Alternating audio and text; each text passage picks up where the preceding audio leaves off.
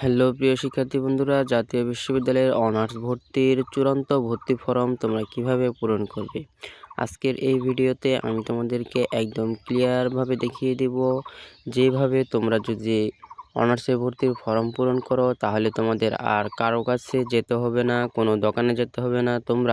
তোমাদের হাতে থাকা যে একটা স্মার্টফোন, সেই স্মার্টফোন এর মাধ্যমে কিন্তু তোমরা তোমাদের সেই কাঙ্ক্ষিত অনার্সের যে ভর্তির চূড়ান্ত ফর্ম রয়েছে সেই চূড়ান্ত ফর্মটা কিন্তু তোমরা পূরণ করতে পারবে।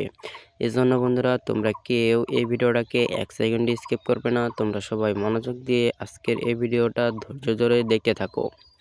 আর বন্ধুরা, তোমরা যারা এখনও আমার এই চ্যানেলটিকে সাবস্ক্রাইব করো নাই, তোমরা অবশ্যই আমার এই চ্যানেলটিকে সাবস্ক্রাইব করে রাখবে এবং নিচের বেল বাটনটি অন করে রাখবে। তো চলো বন্ধুরা, বেশি কথা না বাড়িয়ে আজকের যে এই ভিডিওর মূল টপিক, সেই মূল টপিকে ফেরা যাক।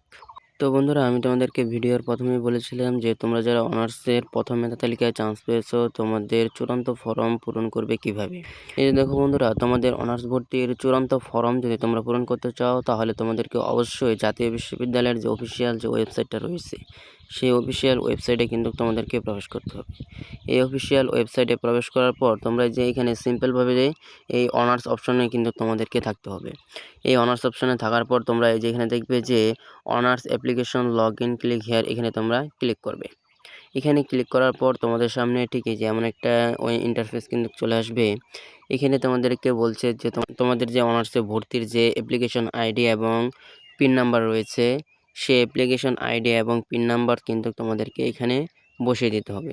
এখন তোমরা এই অ্যাপ্লিকেশন আইডি এবং পিন নাম্বার কোথায় পাবে?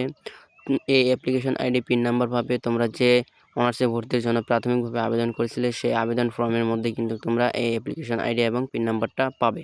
বুঝতে পারছো? এখন তোমরা যদি কেউ বলো তোমাদের পিন নাম্বার হারিয়ে গেছে, তাহলে তোমাদেরকে আর এবছর অনার্সে ভর্তি হতে হবে না। তোমরা চুপ করে বসে থাকো। বুঝতে পারছো? তো বন্ধুরা, এইখানে পিন নাম্বার আর অ্যাপ্লিকেশন আইডি দিয়ে লগ ইন করার পর তোমাদের সামনে ঠিক এই যে এমন একটা ইন্টারফেস কিন্তু চলে আসবে। এই যে এখানে তোমাদেরকে কিন্তু বলছে যে দেখো এই যে এখানে তোমরা কোন সাবজেক্টে চান্স পেয়েছো, কোন কলেজে চান্স পেয়েছো, এটা কিন্তু তোমরা এখান থেকে দেখতে পারছো। বুঝতে পারছো? এটা এখানে দেখার পর তোমরা এখানে কি করবে, যে এখানে দেখবে তোমাদের যে অ্যাপ্লিকেশন ফর্ম নামে একটা অপশন রয়েছে, এই অ্যাপ্লিকেশন ফর্মে তোমরা ক্লিক করে দিবা। এখানে ক্লিক করার পর তোমরা এখানে দেখবে যে তোমাদের সামনে ঠিকই যে এমন একটা ইন্টারফেস চলে আসবে। এই যে এইখানেই কিন্তু তোমাদের মূল যে কাজ, সেই কাজটা করতে হবে। তুমি যে তোমাদের অনার্সে যে ভর্তির যে চূড়ান্ত ফর্মটা পূরণ করবে, এই চূড়ান্ত ফর্মটাই কিন্তু এটা। বুঝতে পারছো? এটা কিন্তু তোমরা ঠান্ডা মাথায় এটা পূরণ করবে।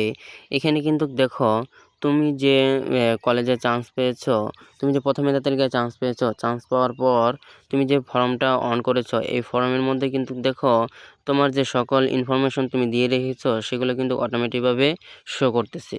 তোমার নাম, তোমার কলেজ কোড, তুমি যেই কলেজে চান্স পেয়েছো সেই কলেজ কোড, তারপরে তুমি কোন সাবজেক্টে চান্স পেয়েছো, কোন কলেজে চান্স পেয়েছো, সব কিন্তু এখানে শো করতেছে। তোমার মার নাম, তোমার বাবার নাম সবই কিন্তু এখানে শো করতেছে। বুঝতে পারছো? এখানে শুধু তোমাদেরকে এখানে কি চেঞ্জ করতে হবে, এই যে তোমার ন্যাশনালিটিটা তোমরা এখানে বাংলাদেশ সিলেক্ট করে দিবে। বুঝতে পারছো? এরপর তোমার এখানে কি রয়েছে, এরপর তোমার যে এখানে ম্যারিটাল স্ট্যাটাস, তুমি কি বিবাহিত নাকি অবিবাহিত, তুমি এখানে বিবাহিত হলে বিবাহিত সিলেক্ট করে দিবে, আর অবিবাহিত হলে অবিবাহিত তোমরা এখানে সিলেক্ট করে দিবে। বুঝতে পারছো? এরপর তোমাদেরকে এখানে সিম্পলভাবে আর কি চেঞ্জ করতে হবে, এই যে এখানে রয়েছে রিলিজিয়ন, তুমি কোন ধর্মের। তুমি যদি ইসলাম ধর্মের হও তাহলে তুমি অবশ্যই ইসলাম সিলেক্ট করে দিবে, আর যদি তুমি হিন্দু ধর্মের হও তাহলে তুমি হিন্দু সিলেক্ট করে দিবে, খ্রিস্টান হলে খ্রিস্টান সিলেক্ট করে দিবে, তুমি যে ধর্মের তুমি সেই ধর্মটা এখানে সিলেক্ট করে দিবে। বুঝতে পারছো? এরপর বলেছে কি, এরপর বলেছে গার্ডিয়ানস নেম, তুমি তোমার অভিভাবকের নাম লিখে দিবা। ধরো তুমি কলেজের মধ্যে কোনো ধরনের কোনো গ্যাঞ্জাম করেছো বা কোনো ধরনের কোনো গ্যাঞ্জামে পড়েছো, এরপর কিন্তু তোমার যে গ্যাঞ্জামটা সমাধানের জন্য কিন্তু তোমার যে গার্ডিয়ান, তুমি যেই গার্ডিয়ানের নাম দিয়েছো সেই গার্ডিয়ানকে কিন্তু কলেজ কর্তৃপক্ষ কিন্তু ডেকে পাঠাবে। বুঝতে পারছো? এজন্য তুমি এমন একজন গার্ডিয়ানের নাম দিবা যে তোমার এই সমস্যা নিয়ে কলেজে কথাবার্তা বলতে পারে। বুঝতে পারছো?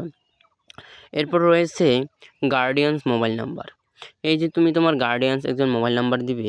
এখানে কি করে যে অনেক শিক্ষার্থী কী করে, তারা তাদের ব্যক্তিগত যে মোবাইল নাম্বার সেই ব্যক্তিগত মোবাইল নাম্বারটা দিয়ে দেয়। তবে আমি সাজেস্ট করব তোমাদের ব্যক্তিগত মোবাইল নাম্বার না দিয়ে তোমার গার্ডিয়ানস মোবাইল নাম্বারটা দিলেই বেশি ভালো হবে। এরপর এখানে রয়েছে father mother's guardian annual income, মানে তোমার মা বাবা বছরে কত টাকা ইনকাম করে, এটা তোমরা এখানে একটা আনুমানিক একটা বসিয়ে দিবে, বুঝতে পারছো? এরপর বন্ধুরা যে এখানে রয়েছে এখানে রয়েছে মাইগ্রেশন অপশনটা। এই যে দেখেন এখানে রয়েছে, do you want to change your address subject based on you give preference list. এই যে তুমি যে সাবজেক্টে চান্স পেয়েছো এই সাবজেক্টটা কিন্তু তুমি কি চেঞ্জ করতে চাচ্ছ? যদি তুমি চেঞ্জ করতে চাও তাহলে তুমি অবশ্যই ইয়েস দিবে। আর যদি তুমি যে চাও না আমি এটা চেঞ্জ করবো না, আমি এই সাবজেক্টে অনার্স করবো, তাহলে তোমরা এখানে নো সিলেক্ট করে দিবে, বুঝতে পারছো? এরপরে যে কাজটা তোমাদেরকে করতে হবে সেটা হচ্ছে তোমাদের প্রেজেন্ট অ্যাড্রেস আর পার্মানেন্ট অ্যাড্রেস, এই দুইটা অ্যাড্রেস কিন্তু তোমাদেরকে এখানে বসিয়ে দিতে হবে। এখন অনেকে বলতে পারো যে প্রেজেন্ট অ্যাড্রেস আর পার্মানেন্ট অ্যাড্রেস বলতে কী বোঝায়? পার্মানেন্ট অ্যাড্রেস হচ্ছে তোমার স্থায়ী ঠিকানা, বুঝতে পারছো? আর প্রেজেন্ট অ্যাড্রেস হচ্ছে তোমার বর্তমান ঠিকানা। তুমি বর্তমানে যে জায়গায় বসবাস করো সেটা হচ্ছে তোমার প্রেজেন্ট অ্যাড্রেস, আর তুমি স্থায়ীভাবে যে জায়গায় বসবাস করো সেটা হচ্ছে তোমার পার্মানেন্ট অ্যাড্রেস, বুঝতে পারছো? এই যে তুমি যদি এখন দিনাজপুর জেলার যদি স্থায়ী বাসিন্দা হয়ে থাকো তাহলে তুমি এখানে দিনাজপুর লিখে থাকবে, বুঝতে পারছো? দিনাজপুরের কোন জেলায় অবস্থান, দিনাজপুরের কোন উপজেলায় কোন গ্রামে, তুমি এটা এখানে বসিয়ে দেবে। এরপর প্রেজেন্ট অ্যাড্রেস হচ্ছে তুমি যদি এখন ঢাকা জেলায় অবস্থান করো তাহলে তুমি ঢাকা লিখে দিবে, যেই উপজেলায় অবস্থান করো সেই উপজেলা লিখে দিবে, তুমি যেই গ্রামে থাকো সেটা এখানে বসিয়ে দেবে, বুঝতে পারছো? তো বন্ধুরা এরপরে তোমরা সকল কিছু ইনফরমেশন দিয়ে দেওয়ার পর তোমরা যে এখানে যে সেভ ইনফরমেশন আছে, সেভ ইনফরমেশনে তোমরা সাবমিট করে দিবে, বুঝতে পারছো? তো বন্ধুরা এই হচ্ছে আজকের এই ভিডিওটা তোমাদের কাছে কেমন লেগেছে? যদি ভিডিওটা ভালো লেগে থাকে তাহলে অবশ্যই ভিডিওতে একটা লাইক, একটা কমেন্ট এবং এই ভিডিওটা বেশি বেশি করে শেয়ার করে দিবে অপর বন্ধু বান্ধবের কাছে। তো বন্ধুরা দেখা হবে পরবর্তী কোনো ইনফরমেটিভ ভিডিওতে। আল্লাহ হাফেজ।